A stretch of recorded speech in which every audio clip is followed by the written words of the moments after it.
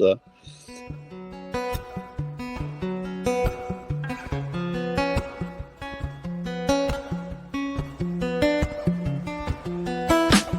Don't you wanna know? Don't you wanna know about love? Wanna know? Hey, welcome to our conversation, hopefully in consciousness, the Love Foundry on this new moon of Taurus on the 27th of April, 2025. all right. New moon, that's a very particular kind of energy. And this is a particular kind of month because it's the middle month of the three spiritual festivals of Easter, the Buddha's birthday, the Wesak, and the Festival of Humanity, which happens the following month. So open up. And when you open up to love, inevitably, as you can today, because it's here this way right now in this new moon energy. So you got to kind of take a minute and go within yourself and open up. And then you discover there's three streams of energy coming in simultaneously and blending together, which makes up the whole, the planetary whole, the whole thing. And they're not all just three equal energies. They come in from all directions. And you have the will of love, you have the intelligence of love, and you have the love of love, all three. And you have the spirit of love. When you look at the triangle from the top down, and then you have the love of love, and then you have the human expression of it. So these are all three coming in simultaneously, which gives you an opportunity to feel the unity inside yourself that makes up what we would call reality. Now, I don't think anyone has the same reality as anyone else, even those that include love, because of the seven rays and the different types of life energy that are experiencing it. But we certainly have a more complete experience if we include the energy of love consciously with the other energies of our consciousness, the will, free will, the will aspect, and the intelligence aspect. That's what makes reality. That's what makes us have a co-relationship with the love energy. And when we don't have that in ourselves, through lack of experience or lack of understanding love, then we are living in an illusion. We are living in a false world or a false universe or a false reality, because it's missing one of the mainstay elements that make it function, like trying to balance on a two-legged stool. We just don't have that third leg. We don't have that sense of stability that comes when we have love inclusive. Now, does that make sense to you, Taylor? Yeah, it's like, if you're creating without love, then it's not going to be real, because love is the creative dynamic that brings it to life, that makes the creation a reality. So if you're off creating your own little world without it, it's false by its very nature, right? It's like creating a virtual reality or a video game, or, because it lacks the potency that gives life to creation.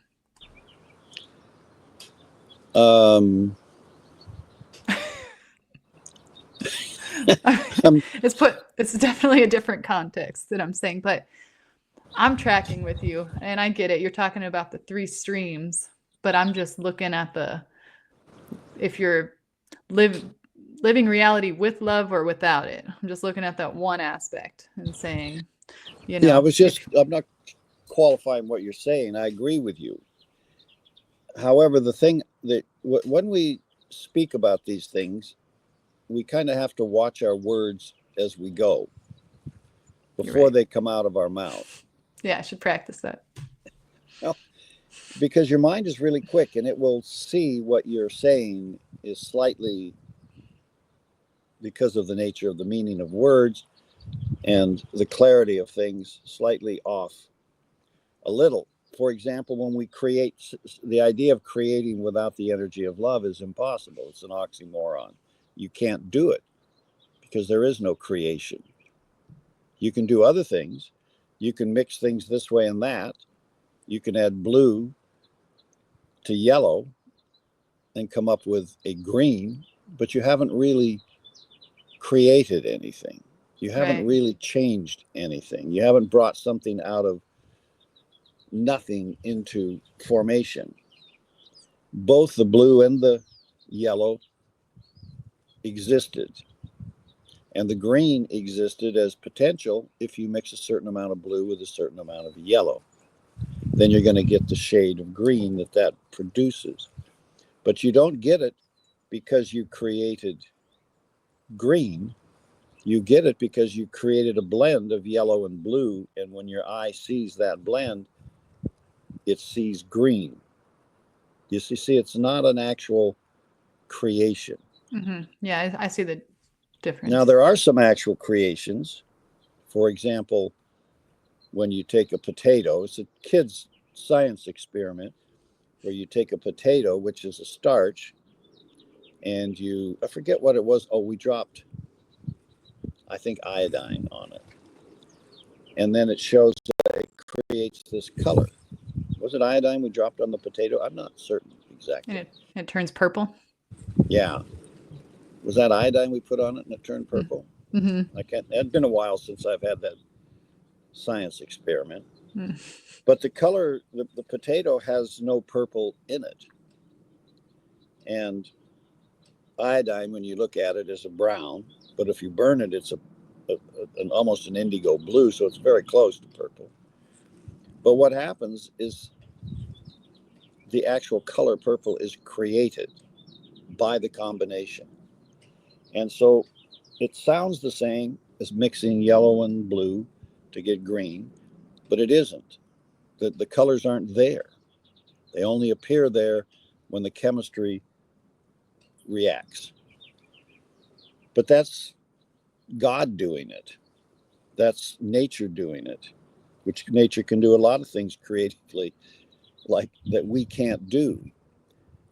So this thing about love is that until we add all three energies together as a triad through our action, by including love in our activity, the actual energy of it, by bringing it through and blending it with our will, which is acting, and blending it with intelligence, which is our nature of adding the iodine to the potato, we're not going to get a genuine representation of what happens when love and will and intelligence blend. That will only happen when they blend.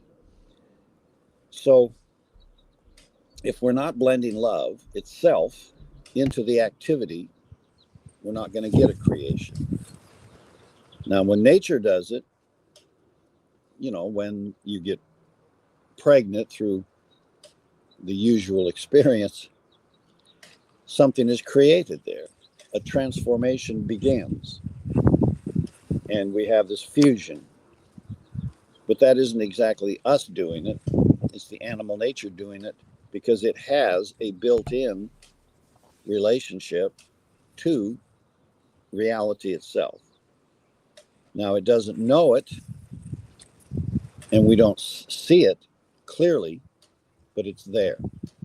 Now, if we're going to take a blank canvas and we're going to paint an image like a Salvador Dali image, then you're going to blend your creative nature with your intelligence nature and your will nature, and you're going to come up with a personalized expression of something. So it's not that we can't do it. We can incorporate love into our actions. Only though when we're in a posture in relationship to it and perform certain internal functions that allow it to have space in us to come out. And it's that understanding of love and those two other energies that we want to bring about in ourselves as humans so that we can speak with love in every sentence we speak. Every line we say to another human being or to life should include all three energies. And the throat is a mysterious organ. It has a capacity to create in ways that we have never really yet figured out or discovered. But it can happen, but only if you're holding it in you.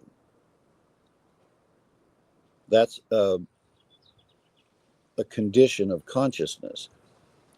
The human being is individualized consciousness, self-conscious, aware individuality. And if you aren't aware of the things that you're creating with, which is love, then how is that going to manifest? How will it take on that shape? So we fight and wrestle and fuss around when we're trying to create something. And we speak a lot of words and we do a lot of actions, take a lot of activities. And if we, through all of that, formulate a creative possibility, then it could mature, it could happen.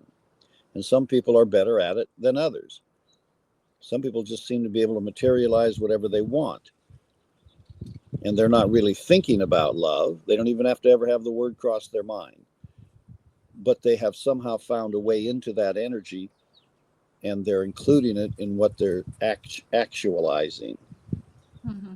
You know, whether it's the Wright brothers trying to get an airplane to fly, they're taking all the necessary actions. They're thinking about it, they're studying it, they're acting on it by getting the parts and assembling some kind of an idea. But they have this deep desire in themselves, this aspiration to be able to fly, to be able to leave the ground and soar along on their magic carpet. And they completed that necessary to go at least a quarter of a mile or something when they did it. And that led to the ability of others to understand how to do that. And then we get someone who starts building big airplanes like Boeing or somebody like that. And they dedicate their life to it. And they give up their time. And so the thing happens. So it's not as if love is out of the game or out of the picture because we're not thinking about loving. It's just that we're not clear about it. We're not clear about how to include that incredible energy in our speech and in our actions with others. And the better we get at it, the more we become unified with the concept of it, the better human beings are going to be at creating with love. And not just in some specific aspect like an airplane, but in everything we do, every word we speak, every action we take on when we're consciously including that energy. The energy of intelligence is so infused in the world, in the universe, in every atom of life, that we don't have to work hard to include intelligence. You have to have it right. You have to have the right amount in the right way, or the airplane's not going to fly. So we refine those formulas. But it's not hard to work at it intelligently. And will is just, bam, I want that. I want to go forward. I want to take that step. So it's something we're used to doing. But love is something that when someone says, go ahead and love towards that, love that, we just kind of don't know what that means. We don't have a suggestion in our consciousness of how to go about that in a way that's as easy as saying, figure it out. Figuring it out is intelligence. Figure out how to design an airplane wing. Okay, well, let me look at a bird because they got the best thing going. So we apply intelligence, and pretty soon the wing is flying along. Love just seems to defy our logic. It defies our will because it's neither one of those. It's something else. It's a third thing. But it's a third thing of incredibly magnificent depth and posture in the world. And it's always invisible when it happens. But then so is intelligence. Intelligence doesn't show up in your consciousness as in numbers and angles. We have to reduce it to numbers and angles towards whatever the purpose is we're using it. Will is not something that you see as a particular color or a particular shape. It's just something you have a sense of. But you've done it so many times that you can now have a sense of doing it quite easily. Do you see where I'm trying to go with this idea of discussing it? Yeah, and I have a question, because you mentioned purpose, and it's really easy to see when you have your will and your intelligence applied to what your purpose is, what you want to happen. But it's a little bit harder when you want to include love in that, because, where's the purpose in that for people? Because it's like you want to look at it intelligently, or you want to, look at it from a place of power.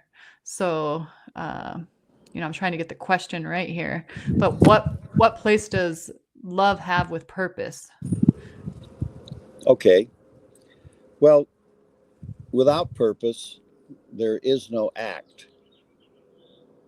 Any action has to have purpose generating it. Right. That's just how it goes. An ant Right. wants to take a crumb back to his buddies, so he picks it up and heads back home with it. Purpose Right. is in everything. Mm-hmm. And so if you want the purpose to include love, then you have to include what love includes. And one of the things love includes is group consciousness. It includes everything. Mm-hmm. So you can't have a purpose that is separate from including everything and include love. It doesn't work. Love is one of those ingredients that by including it, it impacts the whole with its principal powers. It has the power of transformation, transmutation, and unity. There's a certain amount of grace in love, so you can't include anger in it and expect it to carry the conditional energy of love. So if we're doing a party and we're including everybody in the party, then the actions are inclusive. You're buying enough party sound pleasers for everybody to have one. You're getting enough balloons for everybody to have one. You're making a cake big enough to share with everyone. Or whatever you're doing, but your inclusiveness speaks of love because it's involving the group that's involved in it. Now, that's fairly obvious.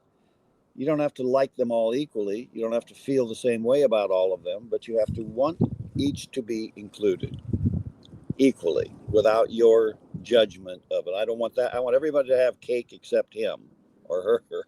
I don't want them to have cake. Well, if you do that, now you've stepped away from love, including love in your birthday.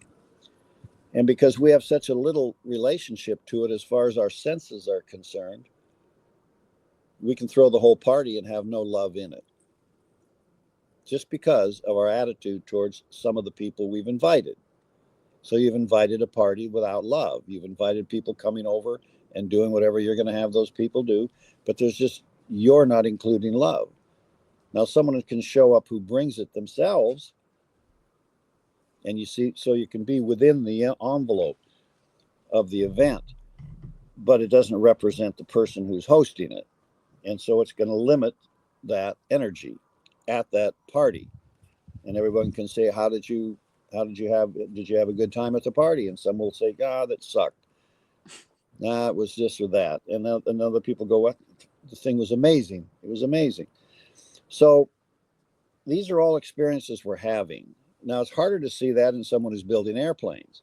But if they weren't trying to, if you're going to say, I only want to build airplanes that fly left-handed people, or only airplanes for men, or only airplanes for women, then you're dangerously close to qualifying yourself away from the energy of love, because you're excluding, Mm-hmm.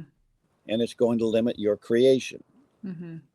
And we know, we're looking at Boeing, that Boeing doesn't have they don't care who flies in the plane. They really don't. And if someone buys the plane for Nicaragua or Guatemala or Africa, they don't care. So they build a universal application. And we don't see it because we don't know how love supports that which supports it. But sometimes we ask ourselves, how do airplanes stay in the sky? How come we don't have a lot more crashing? Well, we don't know how it works, but there is an element of relationship to love. And so later, when we figure this out more and love becomes a more available commodity to our consciousness, and we can include it easier in what we're doing, we're going to see how to make sure that it's built in. Companies will take care to maintain a relationship of love to the public. Mm. And how are you going to do that? You're going to do it by taking care of how you relate to the things you're giving the public. So it's built in. It's built in. When it's built into you, it's built in. And if you want 100 people to help you do something, and you ensure that all of them understand and appreciate the principle of love as best they can, that doesn't mean anyone's going to be equal to anyone else. Mm-hmm. But the general agreement that we want that included in our product is going to make the success of the company very different from those companies that don't care about it at all. Mm-hmm. And true. You can feel it. You can sense that that's probably true. Yeah, and especially when it comes to inclusiveness, because when you're invested in something inclusive, you're in it in a different way than if it's just you're standing outside of it. There's the separative. Mm-hmm. And that's if you what gets that whole dynamic really going, right? It's like, and that's when you get that group energy that really helps propel it. And today, which is the new moon of Taurus, if you meditate within, if you open up within and look at the energies coming in, I think you'll sense the triadic energies inside you. They're inside you. It looks big in there. Don't be surprised to find that the entire universe is inside of you. That was a question you were trying to raise the other day with isolated unity, which almost no one can conceive of. Because you can't intellectualize it, but you can understand the dynamics of it, and then you can ruminate it, and then you can come to an understanding because you'll experience it. Yes, you can intellectualize it, but that doesn't allow you to experience it, because intellect can't experience it. It exists in a realm beyond what the material matter of the brain can carry, can handle, can show you. It's asking a colorblind person to describe green to you, or red, or some other color, who just can't see it, so they can't imagine it. And this happens to us when we're trying to think about something that isn't in us. And this is the difficulty with love and humanity. We've been going so long without it, getting by without it, theoretically without it, but it's in nature. Like I said, we still manage to conceive babies. Yeah. Because love functions in nature without you telling it to. But we still don't have it as something we apply consciously to everything we do to make our life a more appealing place to live, which would be really nice. When you give you an example, you haven't seen someone in years, right? And then you see that person, and it's like you're just so used to living without him, but then you see him and you're overwhelmed with, oh my God, how much I've missed you, but you didn't know you were missing it until you saw it. It's kind of like that. It's like when you get a little taste of love, all of a sudden, it's like you're overwhelmed with how much you've been missing this ingredient in your life. Yeah, I think it's equivalent to, I'm trying to think of the name of the movie. It was Portrait of Jenny. Portrait of Jenny is a movie made back at the end of the 30s. I think it had Joseph Cotton in it, and I missed that one. Somebody named Jennifer or something. Have you watched it? Oh, no. You missed it by about 30 years. 50, but that's cool. Yeah. All right. Well, the thing about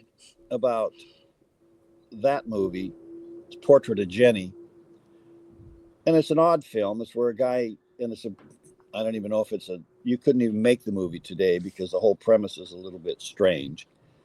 It's about a young girl who decides she's going to grow up and marry somebody who's way older than her. And the whole thing doesn't work in a time premise. But in the story, she somehow keeps coming back towards this thing that she falls in love with, and she's older and it's more possible. So the physics of nature are set aside in this as she moves closer and closer to the same age of this person, which sounds strangely pedophilic in an odd way, but it's not. Because it makes sense in a fantasy way. And that was the first movie where they went from black and white to full color. But they didn't do it at the beginning of the movie. They did it at a certain place in the movie. At a crisis point in the movie, there's this storm going in a lighthouse, an ocean tumbling, and the whole audience has been lulled into this entire experience of imagining all of this, because that's what you do with black and white. Mm-hmm. To all of a sudden, the screen widened out. It went deeper, more like towards CinemaScope, but not that big, and went to color. And it was so the audience would have this shock experience at this crisis point in the movie. And it was a very startling effect. And that's kind of what you're talking about. It reminds you that you could go your whole life with black and white. And then suddenly, if you walk out and see like that blue sky behind me, and all of a sudden the colors of the world are there for you, it would be, they were always there. Yeah. But you never saw them. Mm-hmm. And you didn't miss them because they weren't there in your consciousness, which is, my father was colorblind. So I used to ask him all these weird questions about how things would look. And it was interesting because you can't tell people, you can't answer those questions easy because you can't compare them to color in you. To say, well, the stop sign, how come you can't, what's the stop sign? Well, it looks like it's gray, but it's red. And the green stoplight looks gray too, which is one of the reasons they have them in a vertical line. So if you're colorblind, you can know the top one is green and the bottom one's red. Or if they put them on a side, they keep them consistent for people that can't tell the difference. And a stop sign just looks like a gray octagon, which is one of the reasons you give it specific shape.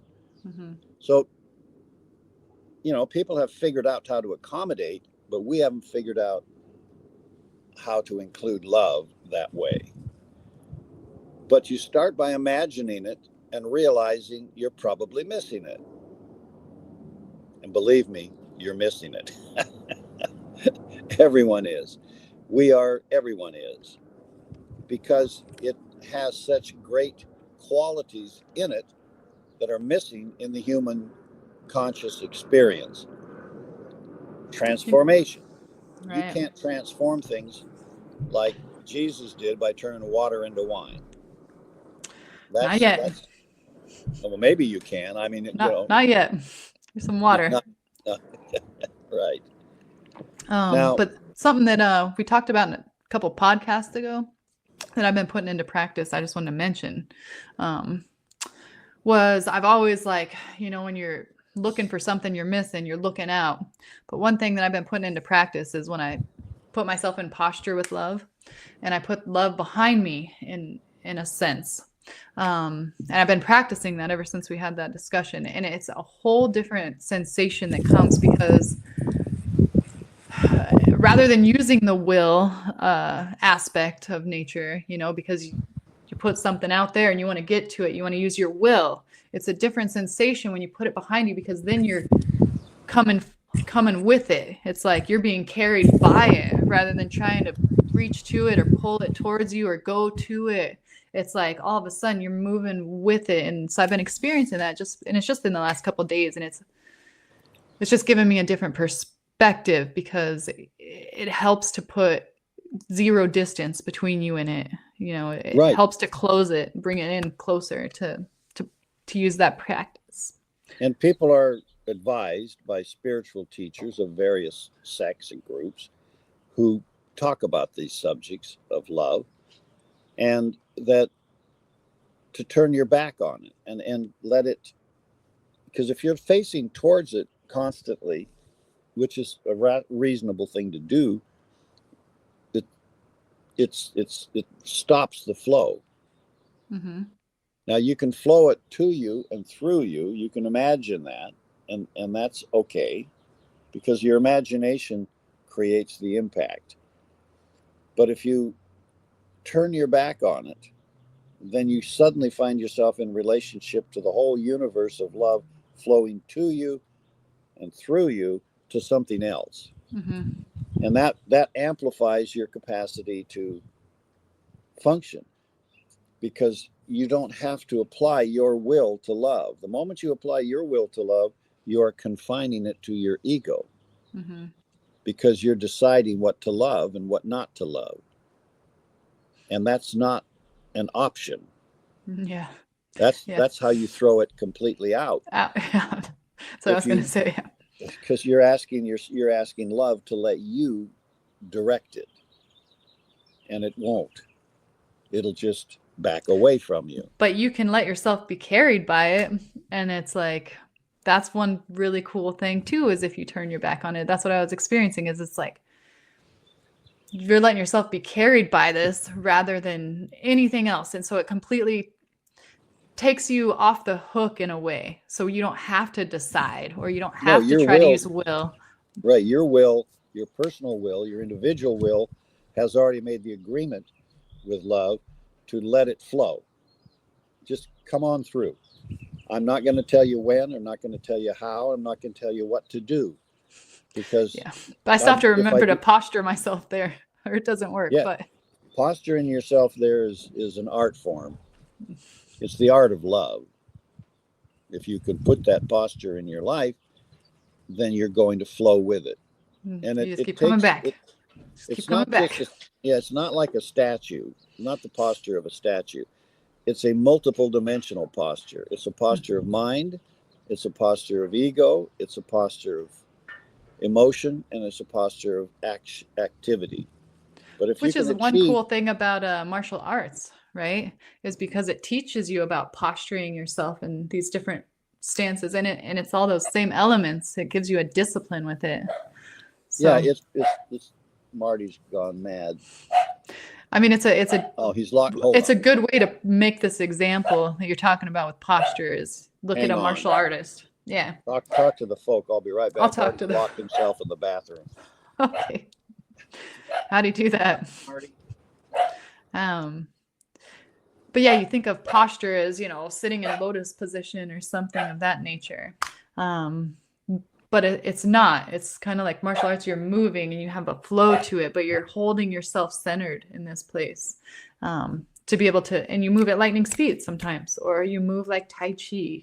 And so just to clarify the posture that we're referring to, is it doesn't mean you're sitting in stillness and you're stiff about it. It moves at any different pace.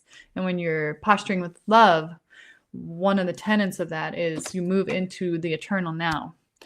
So you're not even living in the present. But I was just talking about posturing, and I was comparing, you think of posture and, especially in things like meditation or something, you think, oh, I'm sitting in this perfect lotus pose and stillness with erect spine. And that's why I was comparing it to martial arts, because, you can be doing Tai Chi, or you can be, Bruce Lee. And so it doesn't matter the speed of things, because another element of this posturing is that you want to be in the eternal now moment. You want to be in the now as it's happening. And that's the only place that you can stand. Motion is fine. You can take, and ballet is another example of what you're talking about. Mm-hmm. You can be in motion with beauty and flow with it. And a Nureyev, or a which is an older ballet artist, I don't even know the names of newer ones, but the ballet artist that's flowing in Swan Lake is moving through these different postures, but keeping the art alive in the motion. And it takes great discipline to see that particular perspective of art continuous in all of the dancers, not just the lead dancer who's doing the leaps or the whatevers, pliés, but the whole motion of the ballet is being maintained according to the director's vision. And that's an aspect of love. Beauty is an aspect of it. And we know when we see it, it impacts us. And when we watch our children doing ballet when they're 7 and 8 years old at school, and it looks a little different, but it has its own charm and its own beauty and its own love engaged in it. So we, if they're our kids, we enjoy it. And if it's somebody else's kid, that's just some clumsy kid. But it's true. It's all real. And the Tai Chi master stays in that flow. He's moving through the different. And synchronization comes with it too. Is something else that's really worth noting. Is it just becomes so synchronized that it doesn't. It's like it supersedes the movement almost. It just flows naturally. But you can put your attention, and many do, on the accuracy of the motion. You know, exactly this size sphere, and we rotate it like that, and we let the flow go out, and we bring this other flow in. But the art of it, the deeper level of it, is to see the energy itself moving in relationship to your hands, within your body, within your whole motion. And you're raising your frequency to experience that particular energetic flow. And behind that, you can create deeper levels of union and unity in yourself. And that leads to different levels of proficiency in the art form of doing that. And age, you realize watching a 85-year-old Tai Chi master that age is not a limitation. It's better. I mean, youth and the willowy fluidity of youth is great, but the experience of age gets that depth that other things can't give you. So that's what humans do. We're in the physical world, so we're acting in relationship to these inner invisible energies that come to us. And the martial arts and artistry of ballet and Tai Chi and those things, they are founded upon human experience with those deeper worlds of energy. And not just the proficiency of acting exactly that way. But in the past, and I mean way past, back where the origins of these particular things probably started, the individual was probably seeing the energy itself and modeling themselves with it. Whereas today, that ability of perception is no longer in the human race almost anywhere. So it's kind of like one of those Luke Skywalker kind of things where you don't see the force, but you're acting in harmony with it. You see, that's kind of a mythical idea about it in a movie with Spielberg and so on. But that doesn't mean it was brilliant. It was a brilliant demonstration of it. Yes, I mean, of something that's no longer possible. Because you understand exactly what they're talking about. That's what makes it brilliant. Yes, and why would we understand that except that there is a racial memory somewhere in us? There is a way in which we can contact that knowingness. And the timing, it's, you put it's like putting your finger on the pulse, right? Because it's that moment now. That's what makes a great artist, I think, is being able to put your fingers on the pulse of it, because it's what is up now. You're not looking into the past or projecting into the future. It's like, right Well, you're staying in now. the eternal now with it. Eternal now. And it's evident, it's evident in people that are great at what they do. You can just see it. And it could be something as simple as, or not that it's simple, but something as seemingly not art, like beatboxing or something. I saw this guy beatboxing the other day, and if I didn't witness it myself, I wouldn't even believe it was a human doing it. And it was just a beautiful expression of being right there, right now, and expressing through yourself. And I thought, wow, Yeah, that's people can he's get, an artist. You wouldn't yeah, look at that and say that's art, but it was art. It was well, truly art. yes, it is. And it's, when it's done well, it transcends the physicality of it. Mm-hmm. And we see that it's beginning to engage something deeper than the action itself. And the more material we have gotten in the world, which is pretty material, Yeah. then the less we remember that there are deeper zones of reality for us to live in and experience and participate with than what our outer senses show us. Now, how to open those inner senses so that they reveal that to you, uh, that's the art of the age. That's what we're coming up to. We're coming up to how to uncork our inner senses and touch and see and feel and smell the inner correspondence to those outer expressions. And when that happens, then the reality of the inner universe becomes revealed to us. It becomes revealed to us as something that's with us. It's not out there or in there, it's with us. Like the air is with me. Right now, the air is blowing around and it's with me. It's not somewhere else. And love is with us all the time. So are we including it or are we shutting it out of our consciousness? If we're shutting it out of our consciousness, then it's not participating with us in our conscious life. It's there in your unconscious life. You're healing from injuries to your body constantly. Little cells are dying, new cells are being born. All of this creativity is going on. But your conscious participation in it is what humanity has been missing. And the point I make about today is that the environment in which we're doing this is changing. It's changing daily. It's not the same as it was 1,000 years ago or 800 years ago or 2 weeks ago or 10,000 years ago, 1,000,000 years ago. It's different. The earth is different. Everything is different. And so how we live in it and live in our own body is the challenge we have to participate with reality.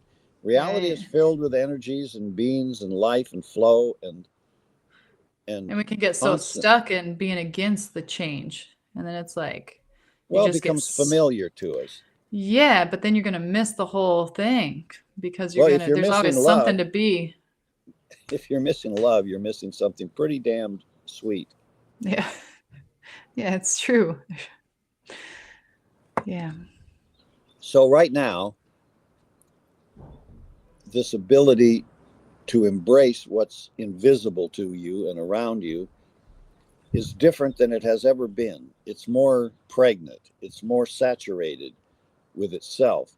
It's more willing. But what's being demonstrated now, in my experience with the meditation today, is that it's being demonstrated in ways that we're not familiar with. That we're familiar with them in strange ways that we don't recognize. If you're a guy who mixes colors for art, then you're familiar with blending. You're looking for a color that you want to put in your art that you don't have on your palette. So you have to find that color in your imagination. You have to blend other colors that aren't that, and suddenly that color starts to appear on your palette. And now you can take a little bit and put it up there in the sky and get that color of white or that color of blue. So there are ways in which we have relationships to these energies inside of us, but they're not what we think because we don't connect it to making colors. We're not all artists. So, and here's an example of that. If you look within yourself, because it's all inside of us, that was the thing that became known about love through the experience of the Christ, through the experience of Jesus. We found out that the nature of love itself is that it lives inside of you. It took up residence with the human being in the human life, and it's there. It's there in a direct and practical way. Now, we don't know what that direct and practical way looks like because we only had a little bit of experience with it before we killed off the creator of it. And then he left a few guys to talk about it after he was gone and show us some things. So we didn't have a great education in it, but it's been true in the inner world for 2,000 years, which, blind as it may be, it's there for you to discover. It's there for you to recognize and realize. And maybe it would have been a lot easier if we'd had a school set up, which of course is what a religion should have been. A religion should be a school to inform us how to relate to that which has been revealed to us. The revelation of love is something living inside of you. The same love that builds the universe is a pretty amazing revelation. If it's But it's true. obvious. But I mean, it's obvious because you are a part of that creation. So how could you be? Well, it doesn't mean you're smart enough to cognize that earthworms have the same love in them you do, but they don't know it. No. So they're not going to do anything except dig little holes through the soil and the way they do. But that's okay, because that's all they need to do, and procreate and carry on. And we're doing that too. We're procreating, we're carrying on, but because we have separated self-conscious awareness, we're interfering with the natural process. The natural process in the material world gets thrown into a cocked hat because not everybody respects it, not everybody honors it. And there are reasons why that's true, which we'll go into as we discuss love, but suffice it to say, we're not all in harmony with how love functions. And as we learn about it and get more interested in it and get more into one relationship with it, then we can become more harmonious with it. We can take it on. Harmony's kind of the key.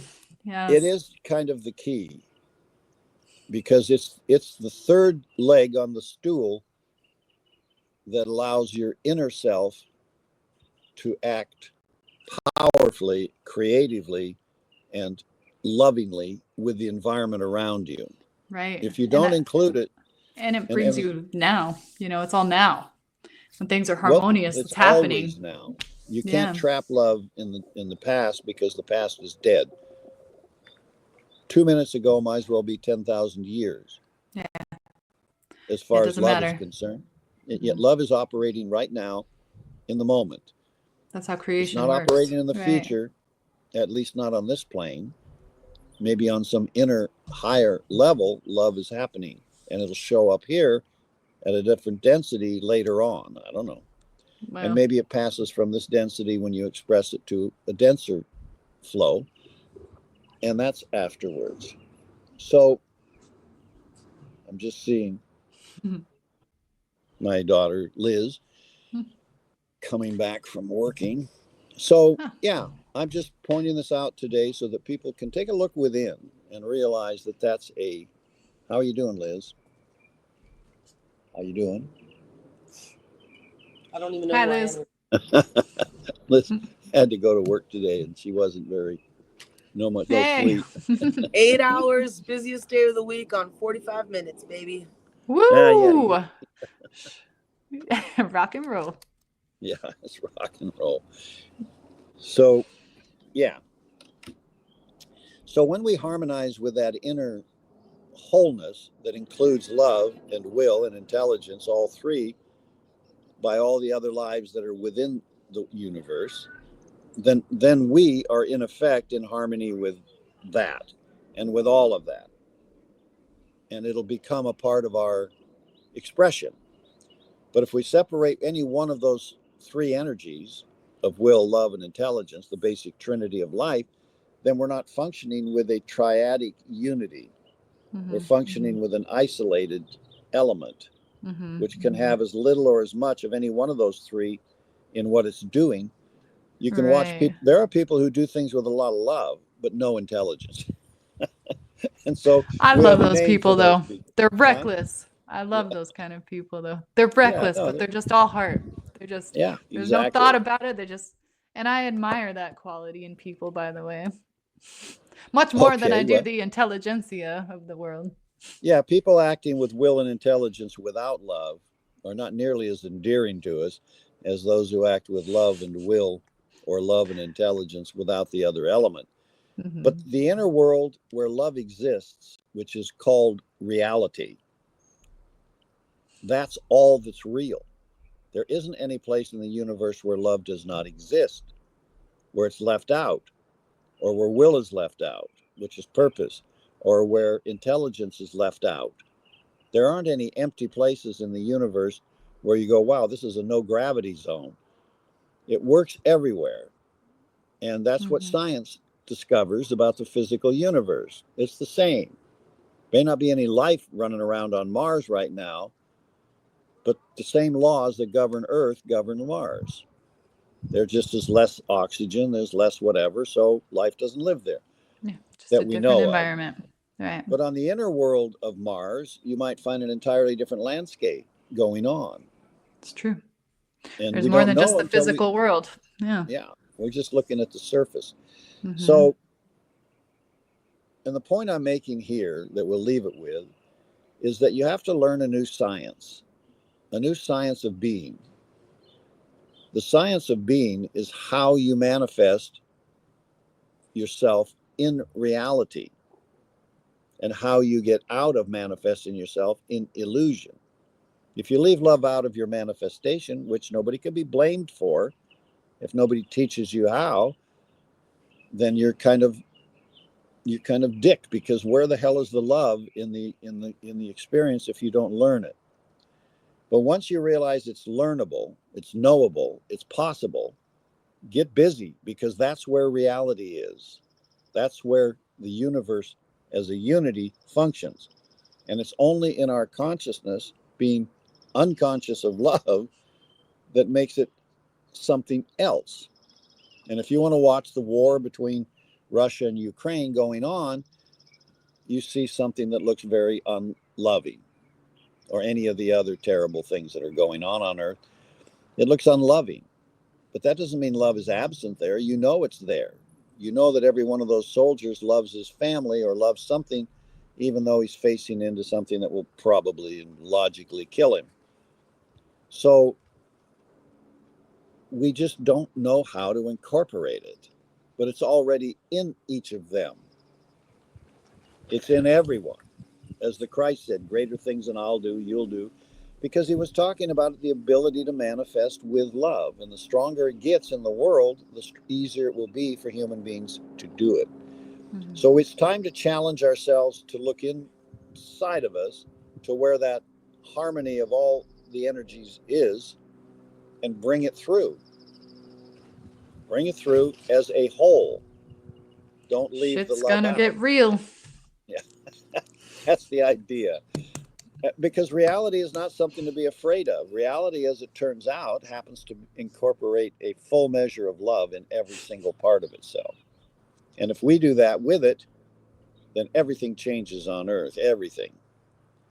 Not because we worship some entity, or not because we follow after some religion, but because we get in harmony with what actually is, and take it upon ourselves to do it.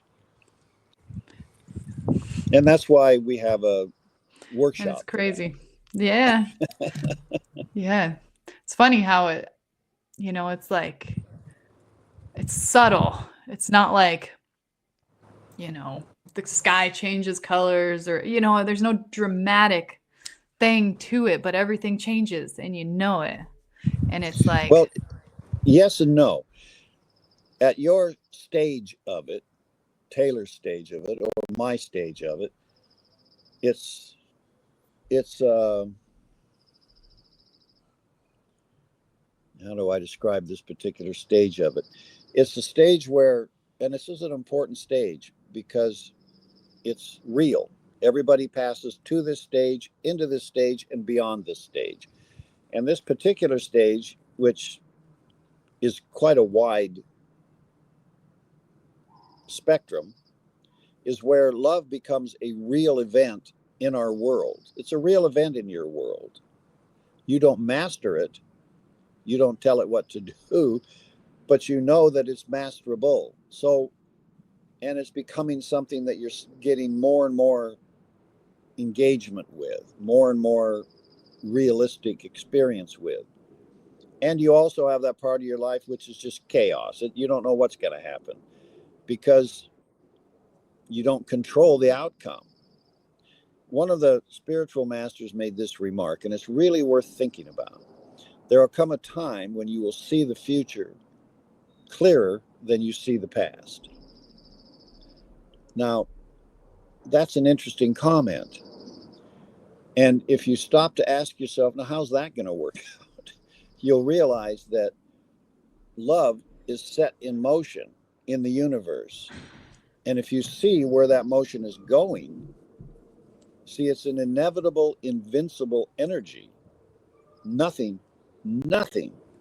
can alter love's final outcome or purpose. It carries the weight of divine life. Life completely outside the cosmic physical universe is flowing into it to cause it to exist. So there's no place that love does not have a control over the situation. Now it's you funny can because you think there's no time if you take out time, but there's motion. Yeah. Right.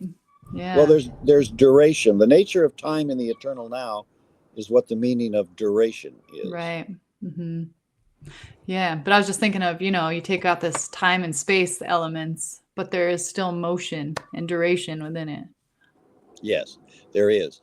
And the point I'm making about seeing the future better than you see the past is because the past is written in your brain as a memory, which has to be recreated whenever you remember something. Right. If you want to remember your us going out to whale watch, then you're going to go back and remember parts and bits of it. If you have a really good memory, better than mine, then you're going to see the whole thing like a movie, and it will be reasonably accurate. But if I said, what color was the sailboat? You might say, oh, it was blue. But if we go down and look at the boat, we might realize it's not blue at all. We just remember it as being blue. So the point of that is that we recreate memories. We actually rebuild it in the now. We don't rebuild it. We don't retrieve it from the past.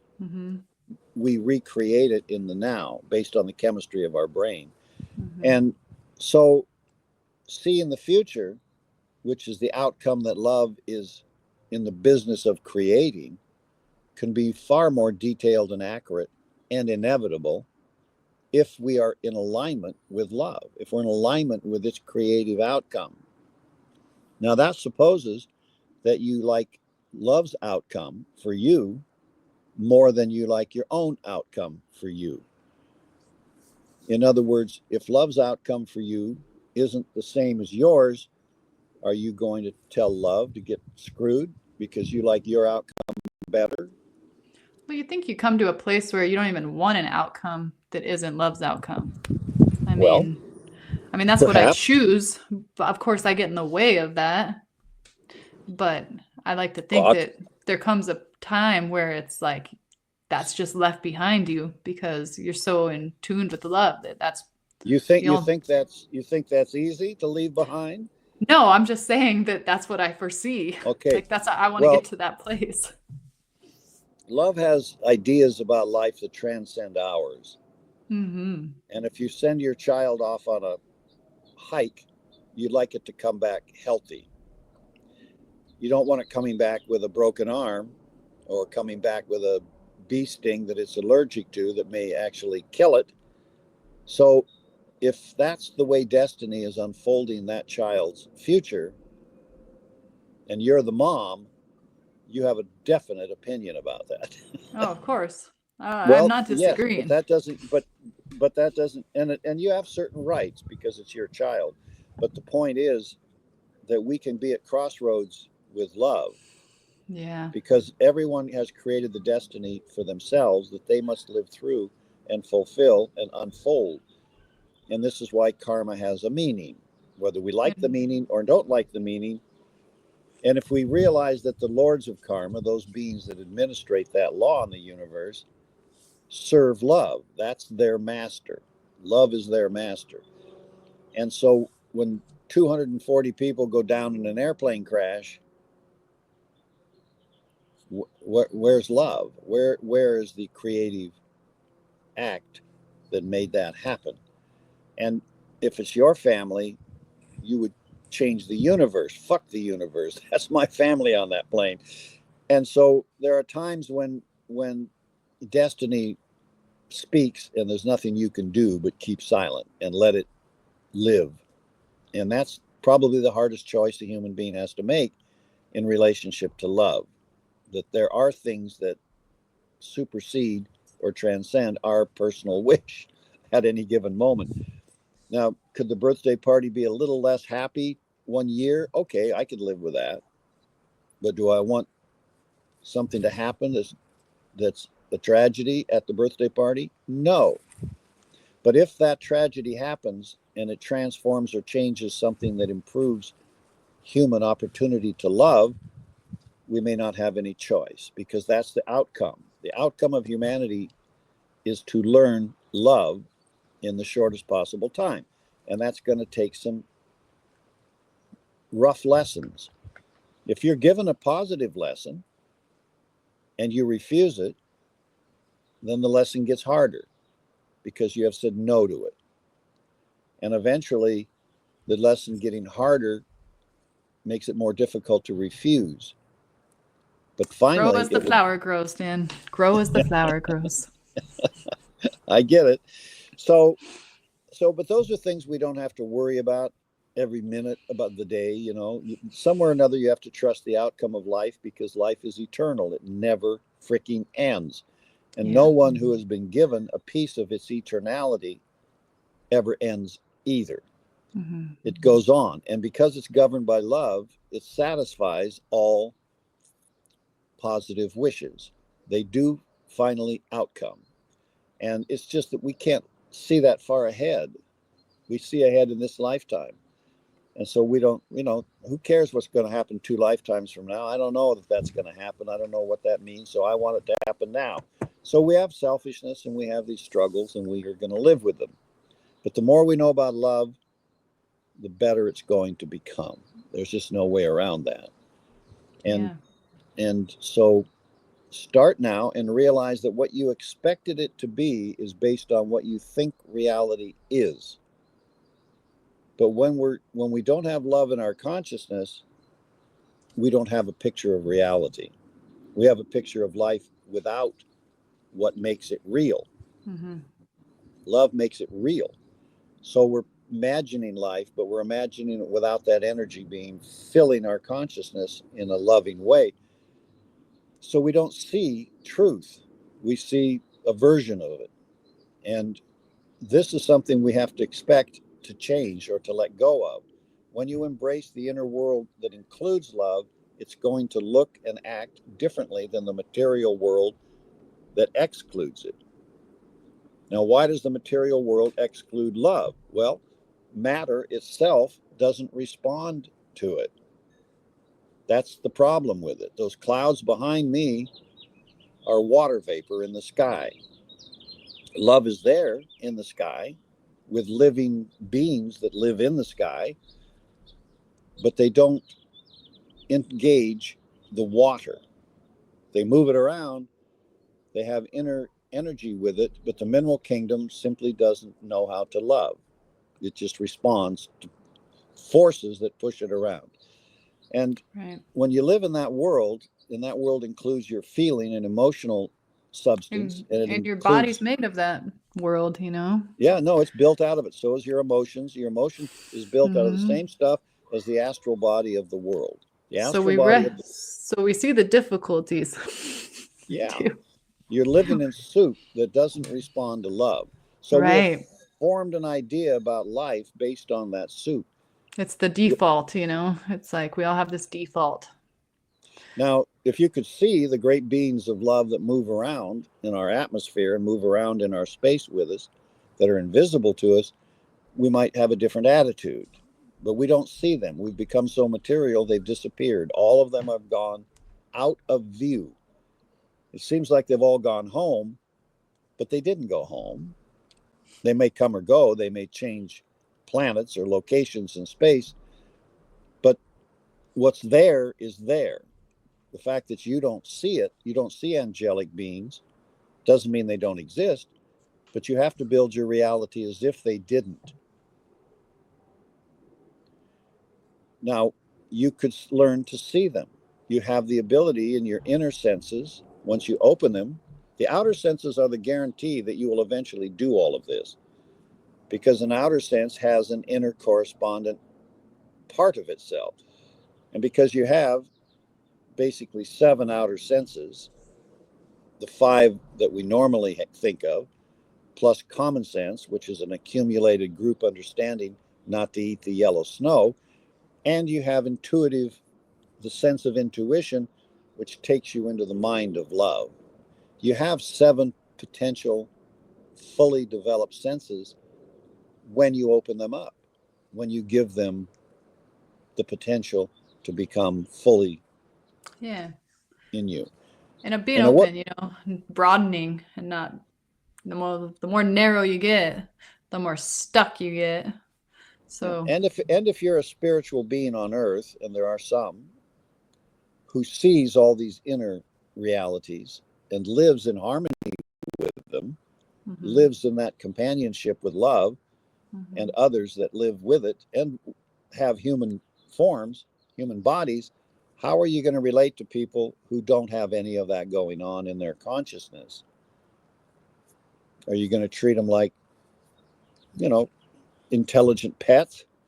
Or are you going to, no, but if you start to explain to them what's going on in their inner self, you're going to scare them, or you're going to get nailed up like the Christ did, or you're going to have difficulty communicating because you're talking about something that they don't see or hear or taste or smell. And it's not common sense, because not everybody around you thinks the same thing. And their intuitive mind that can carry over into the world of love isn't open yet. So it limits the ability of spiritual people to communicate. Yeah. And they can't violate free will. The difference between those who live love and those who don't is they refuse, at the request of love, they refuse to violate anyone's free will. Can't do it. It's just against the law, because love won't do it. And if love won't do it, they won't do it. And other things that go along with the spiritual consciousness, the gifts of love that they live and experience and understand and know. So we've got 2 classes of life going on the planet, at least 2. One that doesn't relate to the reality that includes love, which is 90% plus of the human race, and a small, tiny amount of people who do. And then in between that is a group of people who are learning the inner spiritual world and that live in the outer world like you do. It's real to you. See, that's real to you. The inner world of love is real. Now, are you living fully the invested life of love itself in your empowerment? No, not yet. Not yet. Not yet. Not yet. Not yet. And now some people claim they are, and they are lying. And some people, and the people who actually are living 100% in harmony with love, won't usually bring it up. No, they never would. That's how you know.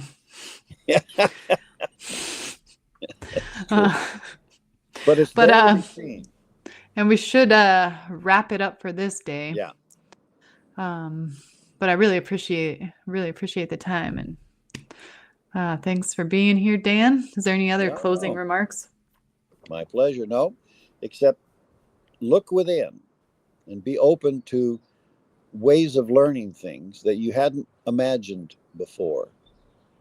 It's what gives you the wholeness of the spiritual world is harmonizing the different energies in it into a synthesis that's complete.